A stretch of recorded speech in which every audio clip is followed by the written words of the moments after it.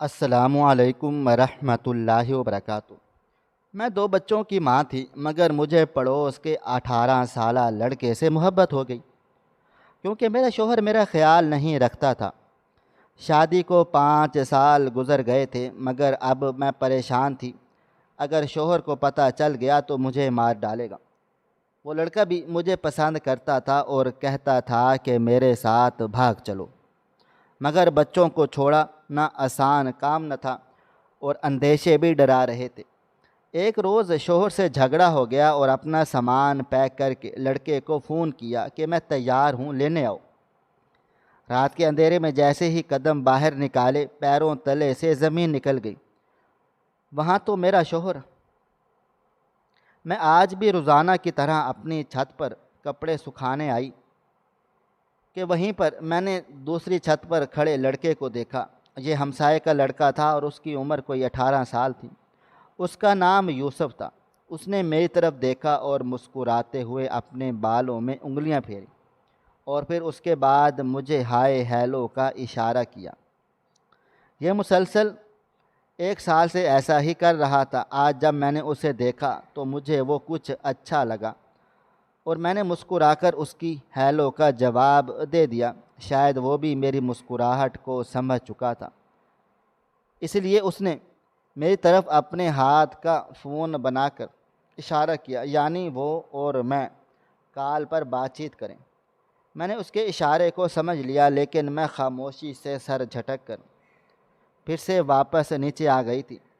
میرا دل و دماغ پورے طور پر وہیں لگا ہوا تھا، کیونکہ صبح سے میں بہت زیادہ ڈپریشن میں تھی اور میں ایسے کسی چیز کی تلاش میں تھی کہ کچھ ایسا ہو جائے کہ میرا دل پرسکون ہو جائے اور میں اس ٹینشن سے باہر نکلوں۔ اور اب جب میں یہاں پر اپنے کپڑے سوکھنے کے لیے ڈالنے آئی تو مجھے یہ لڑکا دکھائی دے گیا اور اس نے ہمیشہ کی طرح آج پھر مجھے اشارہ کیا، اور آج اس کے اشارے سے میں چونکی نہ تھی اور نہ ہی مجھے کوئی غصہ آیا تھا، بلکہ میں نے مسکرا کر اس کے اشارے کا جواب دے دیا تھا، اور وہ بھی شاید اب میری مسکراہٹ کو سمجھ چکا تھا۔ اسی وجہ سے وہ اب مجھے مزید اشارے کرنے لگا تھا۔ میری سمجھ میں کچھ نہ آیا اور میں خاموشی سے نیچے اتر آئی تھی۔ اس لمحے نے مجھے سکون دیا تھا اور مجھے حیرت ہو رہی تھی کہ ایک کنوارا 18 سال کا لڑکا آخر مجھے اشارے کر کے کیا کہنا چاہتا ہے۔ اس کے اشاروں اور اس کی حرکتوں سے تو مجھے لگ رہا تھا کہ وہ مجھ پر لائن مار رہا ہے۔ خیر، میں بھی عورت تھی۔ مجھے میری چھٹی حس پہلے ہی اس بات سے آگاہ کر چکی تھی کہ وہ خیر سے میری طرف اشارے نہیں کرتا، بلکہ اس کے پیچھے کوئی بہت بڑی وجہ چھپی ہے۔ خیر، میں دل ہی دل میں اس کے بارے میں سوچنے لگ گئی تھی۔ اس نے 1-2 بار مجھے خط بھی پھینکا تھا۔ اس خط میں بھی دوستی کا ذکر تھا اور وہ یقیناً دوستی ہی چاہتا تھا۔ میں نے اس کے کسی بھی خط کا جواب نہ دیا تھا، لیکن آج نہ جانے کیوں میں نے اس کی مسکراہٹ اور اس کے اشارے کا جواب دیا، اپنی مسکراہٹ سے دے ڈالا۔ وہ میرے شوہر صبح ہی لڑ کر چلے گئے تھے۔ وہ پہلے ہی مجھے معلوم نہیں ناپسند کرتے تھے یا کیا تھا کہ مجھ سے ہر روز ہی جھگڑتے اور مجھے گالیاں دیتے اور میرا صحیح سے خیال نہ رکھتے تھے، اور دوسری طرف ہماری شادی بھی ہماری مرضی کے خلاف ہوئی تھی۔ خیر، یہ تو ہمارے خاندانوں کا رواج تھا کہ لڑکا لڑکی سے شادی کے وقت کوئی بھی رائے نہ لی جاتی اور ماں باپ اپنی ہی مرضی سے رشتہ کر لیا کرتے تھے۔ لڑکے لڑکی کو اس وقت پتہ چلتا جب ان کی شادی کی ڈیٹ فکس ہو جاتی تھی۔ یہی سب کچھ ہمارے ساتھ بھی ہوا تھا، اور یوں ہماری شادی ارینج میرج ہمیں ایک دوسروں کی زندگیوں تک لے آئی تھی۔ ہم ایک دوسرے کے لیے پہلے تو بہت ہنسی خوشی رہتے تھے، لیکن جوں جوں وقت گزرتا جا رہا تھا، یہ ارینج میرج واقعے میں ہی ارینج ہوتی چلی گئی تھی۔ ہم ایک دوسرے سے آہستہ آہستہ بیزار ہوتے چلے گئے تھے، اور اب ہماری بیزاریت ہماری روز روز کی لڑائیوں پر آ کر ختم ہو گئی تھی۔ ہم روزانہ کسی نہ کسی بات پر لڑ جاتے تھے اور پھر وہ مجھ سے لڑ جھگڑ کر باہر اپنے کام پر چلے جایا کرتے تھے اور میں گھر میں کام کرنے لگ جایا کرتی تھی، اور روز روز کے جھگڑوں نے میرے سر پر ایک ٹینشن بنا کر رکھی تھی۔ آخر کون سی عورت ہوتی ہے جو گھر میں جھگڑا چاہتی ہے؟ میں بھی گھر میں جھگڑا نہ چاہتی تھی، لیکن روزانہ کوئی نہ کوئی ایسی بات ضرور ہو جاتی کہ گھر میں جھگڑا ہونا لازمی بن جاتا، اور اب تو ایسے جھگڑے ہونے لگ گئے تھے، اور اب ان جھگڑوں کے بعد کئی کئی دنوں تک ہمارا ایک دوسرے سے کوئی بھی بول چال نہ رہتا تھا۔ آج بھی ہمارا ایک ایسا ہی جھگڑا ہوا تھا، اور میں اس جھگڑے کی وجہ سے کافی دل برداشتہ ہو گئی تھی۔ آج صبح سے ہی میں کافی بار رو بھی چکی تھی۔ مجھے ان کا غصہ کرنا، ان کا ڈانٹنا مجھے بہت دکھی کرتا تھا، اور آج بھی مجھے اس کے اس رویے نے بہت زیادہ دکھی کر ڈالا تھا، جس کی وجہ سے میں بہت زیادہ روئی تھی۔ رونے کے بعد میں نے گھر کے سارے کام ختم کیے اور ایک بار پھر سے اپنے بیٹے کے میلے کپڑے دھونے لگ گئی تھی۔ میلے کپڑے دھو کر میں چھت پر گئی، اور چھت پر میں سوکھنے کے لیے جیسے ہی ڈالنا شروع کیا، میری نظر سامنے والے گھر کی چھت پر پڑی۔ آج پھر وہاں پر ایک لڑکا بیٹھا ہوا تھا۔ یہ وہی لڑکا تھا جو ہر روز میرا یوں ہی انتظار کرتا تھا، یا شاید میرا وہم ہوگا، لیکن جو کچھ بھی تھا مجھے یہی لگتا تھا کہ وہ میرا انتظار کرتا ہے۔ آج اسے دیکھ کر مجھے کافی اچھا لگا تھا، اور یہی وجہ تھی کہ میں نے اس کے اشارے کا جواب اپنی مسکراہٹ کے اشارے کے ساتھ دے دیا تھا۔ اور پھر اس کے بعد میں چھت سے نیچے اتر آئی تھی۔ نیچے آنے کے بعد میرا خیال اسی جانب ہی لگا ہوا تھا۔ میرا بچہ رونے لگا تو میں اس کے خیالوں سے چونکی، اور ایک بار پھر اپنے بچے کو اٹھا کر چھت پر چلی گئی تھی۔ اس بار میرا چھت پر جانا اتفاقاً نہ تھا، کیونکہ اس بار میں خود بخود ہی چھت کی جانب کھینچی چلی گئی تھی۔ وجہ مجھے اس کی بات کی نہ مل سکی، لیکن شاید اس لڑکے کا محبت بھرا اشارہ یا پھر محبت بھری نظریں تھیں جو مجھے اپنی طرف کھینچ رہی تھی۔ جو کچھ بھی تھا میں اس کی طرف کھینچی چلی جا رہی تھی، اور یہ میرے بس میں تھا۔ میں نے ایک بار پھر سے چھت پہ آ کر ٹہلنا شروع کر دیا، اور خود بخود میری نظریں اس چھت کی جانب چلی گئی تھیں۔ وہ لڑکا ابھی بھی وہیں پر بیٹھا ہوا تھا، اور مجھے دیکھتے ہی اس طرف کو بڑھ آیا تھا۔ وہ اپنی چھت سے تھوڑا سا اس طرف کو آ گیا تھا جس طرف میری چھت تھی۔ ہماری چھتوں کے درمیان ایک چھت کا اور فاصلہ تھا، نہیں تو شاید وہ میری چھت کے قریب ہی آ جاتا۔ میں بھی کھڑی ہو کر اسے دیکھنے لگ گئی تھی، اور وہ بھی مسکرا کر میری طرف دیکھنے لگا تھا۔ اور ایک بار پھر سے اس نے اپنے کان کی طرف اپنے ہاتھ کا موبائل بنا کر اشارہ کیا، جیسے کہہ رہا ہو کہ کال پہ بات کرنی ہے۔ میں نے اپنی دونوں بھووں کو ملایا تھا اور ایسے چہرہ بنا دیا جیسے مجھے کچھ بھی سمجھ میں نہیں آئی۔ اس کے بعد اس نے نہ جانے نیچے جا کر کیا کیا کہ واپس آیا تو اس کے ہاتھ میں کچھ تھا۔ اس نے میری طرف اچھال دیا۔ یہ ایک پتھر تھا جو ایک کاغذ میں لپٹا ہوا تھا، میری طرف اچھالا گیا۔ میں نے جو ہی اسے کھولا اس میں نمبر لکھا تھا، اور لکھا تھا کہ مجھے تم سے کال پہ بات کرنی ہے، پلیز مجھے کال کرو۔ میرے پاس موبائل فون تھا۔ میں نے جلدی سے نیچے جا کر اپنا موبائل فون ڈھونڈنا شروع کر دیا، اور پھر جلد ہی مجھے میرا موبائل فون مل گیا تھا۔ میں نے اس نمبر پر ملانا شروع کر دیا اور اسے کال ملا دی، یہ سوچے سمجھے بغیر بنا کہ اس کا نتیجہ کیا ہوگا۔ خیر میں نے کال کرنا شروع کر دی۔ آگے سے دوسری بیل پر کال اٹھا لی گئی، اور مجھے لگا جیسے آگے والا میری ہی کال کے انتظار میں ہو۔ اسے جیسے ہی کال اٹھائی، آگے سے ایک مخمور آواز میرے کانوں میں گونجی۔ آگے سے کہہ رہا تھا کہ میں جانتا ہوں تم مجھے ایک نہ ایک دن ضرور کال کرو گی، تم ایک نہ ایک دن میرے حال پر ضرور ترس کھاؤ گی۔ اس کی یہ مخمور آواز میرے کانوں میں پڑی، اور میرا دل دھک دھک کر کے میرے حلق میں آ گیا تھا۔ مجھے سمجھ ہی نہیں آ رہا تھا کہ میں اس سے کیا بات کروں، کسی غیر مرد سے پہلی بار میں ایسے بات کر رہی تھی۔ بھلا میں کیسے اتنی دیدہ دلیری کے ساتھ اس سے بات کر لیتی؟ ظاہر سی بات تھی، پہلی بار تھا اور دل دھڑکنا ضروری تھا۔ میرا بھی دل ویسے ہی دھک دھک کرنے لگ گیا تھا۔ میں اس کی باتوں پر خاموش رہی۔ اس نے ایک بار پھر کہا، کچھ تو بولو، خاموش کیوں ہوں؟ میرے کسی بات کا جواب تو دو۔ لیکن میرے حلق سے آواز ہی نہ نکل رہی تھی کہ میں اس کو جواب دیتی۔ میں نے جلدی سے موبائل فون کٹ کر دیا۔ نہ جانے کیوں میری ٹانگیں کپ کپانے لگ گئی تھیں اور میرا دل دھک دھک کرنے لگا تھا۔ میں نے کبھی کسی غیر مرد سے بات چیت نہ کی تھی، اور یوں جب میں کسی سے بات کر رہی تھی تو مجھے ڈر لگنے لگا تھا۔ اس وجہ سے میں نے اس سے کوئی بھی بات نہ کر کے میں نے کال کاٹ دی اور موبائل فون کو سائڈ پر رکھ دیا تھا۔ کچھ ہی دیر کے بعد موبائل فون بجنے لگا۔ میں نے دیکھا تو وہی نمبر تھا۔ میں نے کال اٹینڈ کی اور کان سے لگا دی۔ آگے سے وہی آوازیں آ رہی تھی کہ خدا کے لیے کچھ تو بولو، آواز تو سناؤ اپنی۔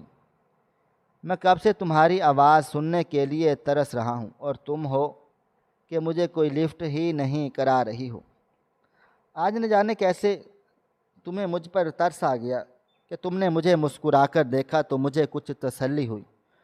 مجھے یوں لگا جیسے تم مجھ سے دوستی کرنے کے لیے مان گئی ہو۔ میں نے ایک دو بار تمہیں خط بھی لکھا تھا، نہ جانے وہ خط تمہیں ملا یا نہیں، لیکن جو بھی تھا مجھے تو لگتا تھا کہ تمہیں مل گیا تھا، لیکن تم نے مجھے کوئی بھی جواب نہ دیا۔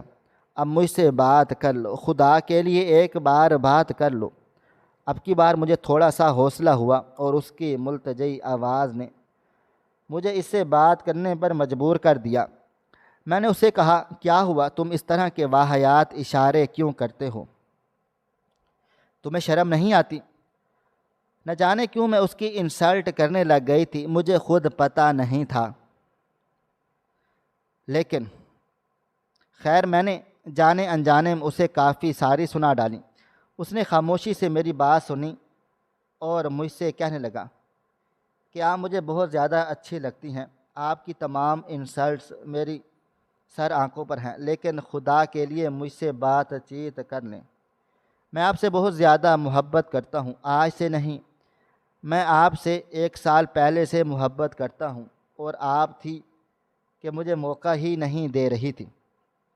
آج میں نے اپنے دل کی بات کہہ دی ہے، اور خدارا مجھے منع مت کیجیے گا۔ وہ اتنے پیار سے کہہ رہا تھا کہ مجھے اپنا دل دھڑکتا ہوا محسوس ہو رہا تھا۔ اس کی ایک ایک بات اتنی پیار میں ڈوبی تھی کہ مجھے سمجھ ہی نہیں آ رہا تھا کہ میں اس کو کیا جواب دوں۔ خیر میں نے اسے کہا کہ میں تمہیں سوچ کر بتاؤں گی، مجھے تنگ مت کرو، اور پھر میں نے موبائل فون بند کر کے رکھ دیا تھا۔ میں سارا دن اسی کے بارے میں سوچتی رہی تھی۔ جب بھی میں اس کے بارے میں سوچتی میرا دل دھڑکنے لگتا تھا اور میری سانسیں تیز ہونے لگ جاتی تھی۔ شاید یہ اس لیے ہو رہا تھا کیونکہ میں عورت تھی اور میری زندگی میں پیار کی کمی تھی، کیونکہ عورت کہتے ہیں کہ چھٹی حس بہت زیادہ تیز ہوتی ہے۔ وہ ایک مرد کے دل میں کیا چل رہا ہے وہ اچھی طرح سے جان لیتی ہے، اور پھر جب وہ کسی بھی طرح سے کسی انسان کی لاپرواہی محسوس کرتی ہے تو دوسری طرف اسے جب محبت دکھائی دیتی ہے تو وہ محبت کی طرف کھینچی چلی جاتی ہے، اور میرے ساتھ بھی ایسا ہی کچھ ہو رہا تھا۔ میرے شوہر کے پاس مجھے دینے کے لیے نہ تو وقت تھا اور نہ ہی محبت۔ اس کے پاس تو مجھے دینے کے لیے سوائے انسلٹ کے اور لڑائی جھگڑے کے اور کچھ بھی نہیں تھا۔ میں اپنے بیٹے کے ساتھ اپنے گھر میں سارا دن اکیلی پڑی رہتی تھی، اور جب رات کو وہ واپس آتا کھانا کھا کر سو جاتا، صبح سویرے مجھے ڈانٹتا اور پھر آفس کے لیے چلا جاتا۔ میں یہی سوچتی رہتی تھی کہ کیا میری زندگی صرف ایسے ہی گزرے گی، اسی طرح ضلالت میں ہی؟ اور پھر آج جب میں نے اس کا اتنا محبت بھرا لہجہ دیکھا اور اتنی میٹھی میٹھی باتیں سنی تو میرا دل موم ہو چکا تھا۔ مجھے آہستہ آہستہ اس کی طرف کشش محسوس ہونے لگ گئی تھی۔ جیسے کوئی چیز انسان کو اپنی طرف کھینچتی ہے، مجھے لگ رہا تھا کہ اس کی محبت مجھے اپنی طرف کھینچ رہی ہے اور میں اس کی طرف کھینچی چلی جا رہی ہوں۔ میرا دل بار بار کر رہا تھا کہ میں اس کی آواز سنتی رہوں، وہ بولتا رہے اور میں سنتی رہوں، لیکن میں ایک طرف سے ڈر بھی رہی تھی۔ مجھے یہ ڈر کھائے جا رہا تھا، اگر میرے شوہر کو پتہ چل گیا تو نہ جانے وہ میرا کیا حشر کرے گا، کیونکہ وہ بہت غیرت مند تھا اور اس بات کو لے کر بہت زیادہ پریشان رہتا تھا۔ اگر میں کسی کی طرف دیکھ بھی لیتی تو اسے بھی ناگوار گزرتا، اور یوں وہ مجھ سے کہتا کہ میں کسی کی طرف بھی نہ دیکھوں، اور میں بھی اس کی تابع داری میں کسی کی طرف نہ دیکھتی تھی۔ لیکن آج پہلی بار ہو رہا تھا کہ میں کسی غیر مرد کے ساتھ بات کرنے جا رہی تھی۔ میں نے بہت سوچا، اور میرے جب ذہن پر صرف اور صرف میرے خاوند کا وہی جھگڑا اور فساد سوار رہا تو میں نے اس لڑکے سے بات کرنا شروع کر دی۔ میں نے اس سے بات کرنے کا فیصلہ کر لیا اور اسے کال کی۔ آگے سے اس نے دوسری پہل پر ہی فوراً ہی کال اٹھا لی تھی، اور میرا دل ایک بار اچھل کر پھر سے میرے حلق میں آ گیا تھا۔ خیر، اس بار میں نے بنا بات کی کال نہیں کاٹی تھی، بلکہ میں نے اسے صاف لفظوں میں کہہ دیا تھا کہ مجھے اس کی آفر قبول ہے، اور وہ خوشی سے پھولے نہ سما پا رہا تھا، اور اسے یقین ہی نہیں آ رہا تھا کہ میں اتنی جلدی ہاں کہہ دی ہے۔ خیر، اس روز سے ہماری باتیں بہت زیادہ ہونے لگ گئی تھی۔ میں اب زیادہ تر وقت اسی سے کال پر بات کرتے ہوئے گزار دیتی تھی۔ میرے گھر کے کام کاج بہت تھوڑے ہوا کرتے تھے، اور میں 1-2 گھنٹوں میں ہی اپنے گھر کے سارے کام کاج نپٹا کر فری ہو جایا کرتی تھی۔ پھر میں اسے کال کرتی تھی اور اس سے گھنٹوں باتیں کیا کرتی۔ یوں ہی باتیں کرتے کرتے ہمیں تقریباً 3 ماہ کا عرصہ ہو گیا تھا۔ مجھے اب بالکل یقین ہو گیا تھا کہ وہ مجھ سے بہت زیادہ محبت کرتا ہے اور میرے بغیر نہیں رہ سکتا، کیونکہ اگر میں اسے روزانہ کے مقررہ کردہ وقت پر کال نہ کر پاتی اور کچھ دیر ہو جاتی تو وہ پاگلوں کی طرح بیہیو کرنے لگتا۔ لیکن مجھے لگتا تھا اس کا یہ مس بیہیو کرنا میرے لیے کیئر کرنے کی وجہ سے ہی ہے، اور میں اس طرح مس بیہیو کرنے سے بھی کافی زیادہ خوش ہو جاتی اور دوبارہ اس سے سوری کر کے یہی کہتی کہ میں اگلی بار ایسا نہیں کروں گی، اور یوں ہمارا ریلیشن مزید آگے چلتا گیا۔ میرا شوہر ہمیشہ کی طرح یوں ہی صبح سویرے نکلتا، مجھے ویسے ہی ڈانٹ ڈپٹ کرتا اور پھر رات کو واپس آتا، اور پھر خاموشی سے کھانا کھاتا اور سو جاتا۔ یہی روٹین چل رہی تھی اور میں بہت زیادہ خوش تھی۔ اب دھیرے دھیرے میرے چہرے کی رونق واپس آ رہی تھی۔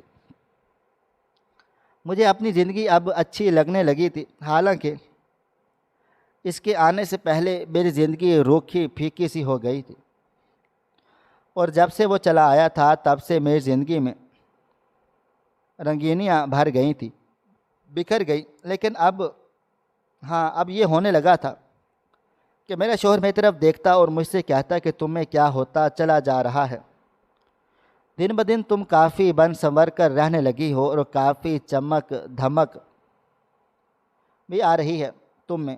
وہ ایسے کہتا اور میں خاموش ہو جاتی۔ حقیقت میں مجھے پہلے اس کی توجہ چاہیے تھی، لیکن اس نے مجھے نہ دی۔ وہ مجھے کسی اور جگہ سے مل رہی تھی، تو اب میرے لیے یہی بہتر تھا کہ میں اپنے آپ کو اسی چیز میں ڈھال لوں جو میرے دل کو اچھی لگتی ہے، کیونکہ میرے شوہر کو تو اب مجھ سے کوئی بھی سروکار نہ رہا تھا۔ میں خاموش ہو جاتی اور اس کی بات کا جواب نہ دیتی تھی۔ میرا موبائل ہر وقت میرے ہاتھ میں رہتا تھا۔ اب میں اپنے موبائل فون کو بالکل بھی اکیلا نہ چھوڑتی تھی، خاص طور پر جب میرا شوہر گھر پہ ہوتا۔ اس وقت تو میں اپنے موبائل فون کو بالکل بھی کہیں پر بھی ایسے رکھ کر آزاد نہ ہو جاتی۔ حالانکہ اس سے پہلے ایسا تھا کہ میں اپنا موبائل فون کہیں پر بھی رکھ کر بھول جاتی تھی، اور پھر ڈھونڈتے ڈھونڈتے مجھے کئی وقت لگ جاتے تھے۔ لیکن اب ایسا نہیں تھا۔ اب موبائل فون میرے ہاتھ میں رہنے لگا تھا۔ اس کے بارے میں بھی میرے شوہر نے مجھ سے کئی بار پوچھا تھا، لیکن میں نے اسے کہا تھا کہ بس میں رکھ کر بھول جاتی ہوں، اسی وجہ سے میں اپنے موبائل فون کو رکھنے سے گریز کرتی ہوں۔ یہ کہتے ہی میں نے اپنا موبائل فون اٹھایا تھا اور میں چل دی۔ یوں ہی چلتے چلتے تقریباً 4-5 مہینے گزر چکے تھے۔ اب وہ لڑکا مجھ سے بار بار گھر سے بھاگنے کا کہہ رہا تھا۔ اسے میں نے اپنے بارے میں ہر بات بتا دی تھی، یہاں تک کہ میں نے اسے اپنی چھوٹی چھوٹی باتیں بھی شیئر کرنا شروع کر دی تھی۔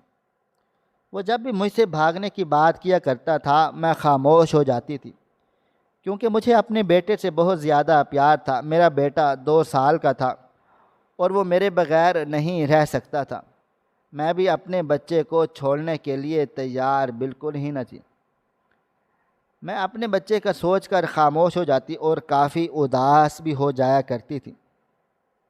میرے لیے اس گھر کو چھوڑنا تو بہت زیادہ آسان تھا، لیکن اپنا بچہ چھوڑنا نہیں۔ میں اس شخص کے ساتھ زندگی گزارنے سے آری تو آ چکی تھی، لیکن اب اپنے بچے کو اس شخص کے رحم و کرم پر چھوڑ کر جانا میرے لیے ممکن نہ تھا۔ میں اکثر یہی سوچتی تھی کہ اگر میں یوں ہی اپنے بیٹے کو چھوڑ کر چلی جاؤں تو نہ جانے میرے بیٹے کا کیا ہو جائے گا۔ میں ایک محبوبہ ہونے کے ساتھ ساتھ ایک ماں بھی تھی، تو مائیں تو اپنے بچوں کا بہت زیادہ خیال رکھتی ہیں۔ ماؤں کے دل تو بہت نرم ہوتے ہیں اور وہ تو اپنے بچوں کو کبھی بھی خود سے علیحدہ نہیں ہونے دینا چاہتی۔ میں بھلا اپنے جگر کے ٹکڑے کو خود سے کیسے علیحدہ کر کے کسی اور کے ساتھ چلی جاتی۔ میں نے اسے کئی بار کہا بھی تھا کہ میں ابھی بھاگ نہیں سکتی، میں تمہارے ساتھ نہیں آ سکتی، میں اپنے بچے کی وجہ سے مجبور ہوں، ورنہ میں تمہارے ساتھ چل دیتی۔ لیکن وہ بضد ہو جاتا کہ تم میرے ساتھ چلو اور چلو، لیکن میرے لیے یہ بات ممکن ہی نہ تھی۔ میں مجبور ہو کر اس سے کہہ چکی تھی کہ ٹھیک ہے میں تمہارے ساتھ بھاگنے کے لیے تیار ہوں، لیکن یہ کام اتنا آسان نہ تھا جتنا میں سمجھ رہی تھی۔ میں جب اس گھر کو اور اپنے بچے کو چھوڑنے کا فیصلہ کرتی تھی، میرے دل پر کیا گزرتی تھی یہ صرف میں ہی جانتی تھی۔ میرے دل جیسے کٹنے کو آ جاتا تھا۔ میں گھر کو تو بآسانی چھوڑ دیتی، لیکن اپنے بچے کو کیسے چھوڑتی؟ یہ پریشانی مجھے لاحق ہو جاتی اور میں افسردہ ہو جاتی۔ اس کا اظہار میں نے کئی بار اس لڑکے سے بھی کیا تھا جس کا نام یوسف تھا، اور پھر اس نے اس بارے میں میری اچھی خاصی تسلی بھی کر ڈالی تھی۔ اس کا کہنا تھا کہ بچہ اگر باپ کے پاس رہ بھی جائے تو کوئی بات نہیں، باپ اسے سنبھال لے گا، اس کے لیے دوسری شادی کر لے گا اور پھر اسے آرام سکون سے پال پوس لے گا۔ لیکن میں اس بارے میں رضامند نہ ہوتی، مجھے بالکل بھی یقین نہ ہوتا۔ میں دنیا دیکھ چکی تھی کئی جگہوں پر کہ ستیلی مائیں بچوں کے ساتھ اچھا سلوک نہیں کرتی، اور پھر میں رونے لگ جاتی تھی۔ میں کہتی تھی نہیں، میں اپنے بچے کو ایسے نہیں چھوڑ سکتی۔ معلوم نہیں پھر اس کی نئی ماں اس کے ساتھ کیسا سلوک کرے اور کیسا برتاؤ رکھے۔ تو وہ مجھ سے کہتا ہے چلو ٹھیک ہے، کچھ عرصے کے بعد جب تم طلاق کا کیس جیت لو گی تو پھر ہم تمہارا بچہ بھی اپنے پاس لے آئیں گے۔ اس طرح سے بچہ بھی تمہارے پاس رہ جائے گا اور تمہاری اس سے جان بھی چھوٹ جائے گی، اور ہم دونوں ایک دوسرے کے ساتھ ہو جائیں گے۔ اس کی یہ باتیں مجھے کافی تسلی تو دیتی تھی، لیکن میرا دل پھر بھی ان سب چیزوں کے لیے نہیں مانتا تھا۔ خیر، میں نے اسے کئی ہفتوں تک ٹالے رکھا تھا۔ میں اسے یقین دلاتی رہتی کہ میں اس کے ساتھ ضرور بھاگ جاؤں گی، لیکن جب بھی میں اس چیز کا ارادہ کرتی تھی تو میرے قدم تھم سے جاتے تھے اور میں آرام سے پھر سے اپنے گھر میں بیٹھ جاتی تھی۔ لیکن میں اسے کہتی تھی کہ میں تمہارے ساتھ ضرور آؤں گی، میں تم سے بہت محبت کرتی ہوں اور میں ایک نہ ایک دن ضرور تمہارے ساتھ آؤں گی۔ میری اس بات پر وہ بھی آنکھیں بند کر کے یقین کرے بیٹھا تھا، اور مجھے اس کی محبت پر بہت زیادہ بھروسہ تھا۔ مجھے لگتا تھا کہ وہ مجھے کبھی بھی دھوکہ نہیں دے گا اور میں یہ سب کچھ سوچے سمجھے بغیر آگے میری زندگی میں کیا ہوگا اور کیا نہیں، بس میں اس کی محبت میں بہی چلی جا رہی تھی۔ اور جب سے اس نے مجھ سے گھر چھوڑنے کی ڈیمانڈ کی تھی، تب سے تو میں ہر وقت پریشان رہتی تھی، اور اسی پریشانی کی وجہ سے میں اکثر اپنے شوہر سے لڑا کرتی تھی۔ میرا شوہر جب گھر پر آتا تو میں اسے آرام سے نہ بیٹھنے دیتی تھی، کسی نہ کسی بات پر جھگڑا شروع کر دیتی۔ پہلے سے زیادہ ہمارے جھگڑے اب ہونے لگ گئے تھے اور اس بات کا مجھے احساس بھی ہو رہا تھا، لیکن اب مجھے اس گھر میں نہیں رہنا۔ مجھے اب کسی اور کے ساتھ محبت ہو گئی تھی اور میں کسی اور کو اپنے دل میں بسا چکی تھی، اس لیے اب میں اس کے ساتھ نہیں رہنا چاہتی تھی۔ مجھے بات بات پر اب اس کے ساتھ جھگڑا کرنا ہوتا۔ میں چاہتی تھی وہ کسی نہ کسی طریقے سے مجھے گھر سے باہر نکال دے، مجھے طلاق دے ڈالے، لیکن پھر بھی ایسی کوئی مصیبت، ایسی کوئی بات کہہ ڈالے یا کچھ ایسا کر دے کہ میں خود ہی غصے میں یہ گھر بار چھوڑ کر چلی جاؤں۔ اور پھر ایک روز کچھ ایسا ہوا جب وہ آفس جانے لگا تو اس وقت میں سو رہی تھی۔ اس نے مجھے اٹھایا کہ اٹھو اور مجھے ناشتہ بنا کر دو۔ میں نے اس سے کہا کہ مجھے نہیں بنانا، آپ خود بنا لیں۔ یہ بات آج پہلی بار میں نے اس سے کی تھی، کیونکہ اس سے پہلے میں نے کبھی بھی ایسا نہیں کہا تھا، کیونکہ میں اس کی ہر بات مانتی چلی آئی تھی، اس کی ہر چیز کا میں بہت اچھے سے خیال رکھتی تھی۔ لیکن آج مجھے نہ جانے کیوں اس پر غصہ آ رہا تھا۔ آج میں اس کی شکل بھی نہیں دیکھنا چاہتی تھی۔ میں نے اپنے منہ پر کمبل اوڑھا اور اس سے کہا کہ خود ہی جا کر بنا لو۔ میری اس بات پر وہ مزید بھڑک اٹھا تھا اور اس نے مجھ سے کہا کہ اٹھو اور خود بنا کر مجھے دو، لیکن میں نہ مانی اور میں نے اس سے اونچی آواز میں بات کرنا شروع کر دی۔ وہ پہلے ہی بہت زیادہ غصے میں تھا۔ اس نے غصے میں آ کر مجھ پر ہاتھ اٹھا دیا اور کہنے لگا کہ میری ذمہ داری تم پر ہے اور ناشتہ بنا کر دینا یہ سب کچھ تمہارا کام ہے، اور اٹھو اور آرام سے مجھے آ کر ناشتہ بنا کر دو۔ لیکن میں اس پر مزید بھڑک گئی۔ میں تو پہلے ہی اس کی دل میں بھری ہوئی تھی۔ میں نے آج اپنے دل کی ساری بھڑاس نکال دی تھی۔ وہ مجھ پر ہاتھ اٹھا کر مجھے ایک تھپڑ مار کے پھر خاموشی سے باہر چلا گیا تھا۔ بس اس نے مجھ سے اتنا کہا تھا کہ مجھے بھی تم جیسی عورت کو اپنے گھر میں رکھ کر خوشی نہیں ملتی۔ یہ کہہ کر وہ اپنے آفس کی جانب چل دیا تھا۔ آج اس نے گھر میں کچھ بھی نہیں کھایا پیا تھا، وہ بھوکے پیٹ ہی چلا گیا تھا۔ سارا دن میرا بہت زیادہ برا گزرا تھا اور میں سارا دن روتی رہ گئی تھی۔ اس روز میری کسی وجہ سے یوسف سے بھی بات چیت نہ ہو سکی تھی۔ میری اس سے بس عصر کے وقت بات ہوئی تھی، کیونکہ آج سارا دن اس کا نمبر بند جا رہا تھا۔ میں مسلسل اس کے نمبر پر ٹرائی کرتی رہ گئی تھی، اور پھر جب عصر کے وقت اس کا نمبر آن ہوا تو اس نے مجھے بتایا کہ اس کے موبائل فون کی بیٹری چارج نہیں تھی، اسی وجہ سے موبائل بند کیے ہوئے تھا۔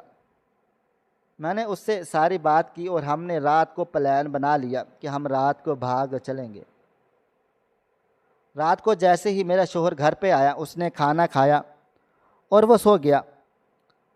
اب مجھے یقین ہو چلا تھا کہ وہ اب نہیں جاگے گا، تو میں نے اپنے بیٹے کے پاس جا کر اسے بوسہ دیا اور پھر جانے کے لیے اپنا سامان اٹھا کر باہر نکلنے لگی تھی۔ اس محلے کے بیچوں بیچ ہمارا گھر تھا اور یہاں پر کہیں بوڑھیاں ہمارے ساتھ والے گھروں میں رہا کرتی تھی۔ ان میں سے ایک بوڑھی شمیم آپا بھی تھیں، جسے محلے والے سارے آپا جی کے نام سے جانتے تھے، اور وہ ایک بہادر خاتون تھی، بالکل ایسی جیسے کہ ایک مرد ہوں۔ اس نے مجھے باہر نکلتے ہوئے دیکھ لیا تھا۔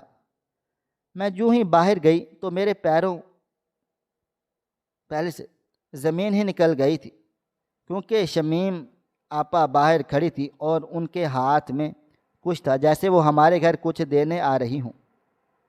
لیکن انہوں نے جب مجھے یوں دیکھا تو حیرت میں پڑ گئی اور مجھ سے پوچھنے لگی کہ کہاں جا رہی ہو؟ میں خاموش ہو گئی۔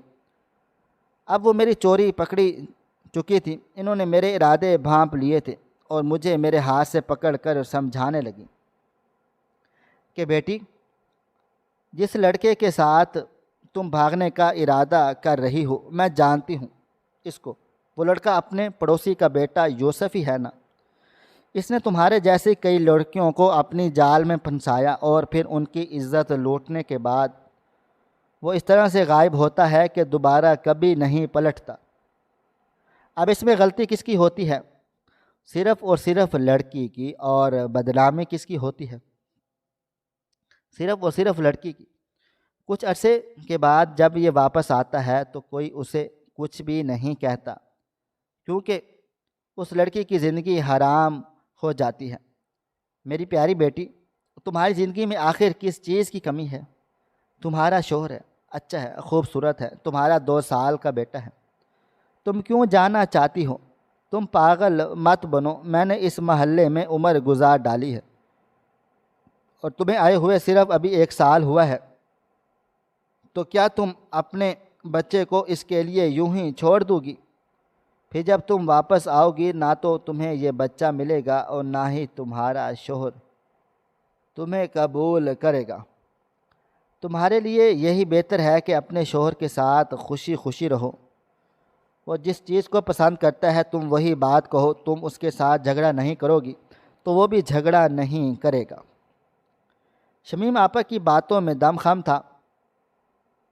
انہوں نے مجھے ثبوت کے ساتھ بتایا کہ کس طرح وہ اس گھر کی پہلے کرایہ دار لڑکی کے ساتھ کیا کچھ کر چکا تھا، اور مجھے یقین ہی نہیں آ رہا تھا۔ خیر، میں نے اسی وقت یوسف کا نمبر بلاک کر دیا اور پھر میں نے اس کے ساتھ بھاگنے کا ارادہ ملتوی کر دیا تھا۔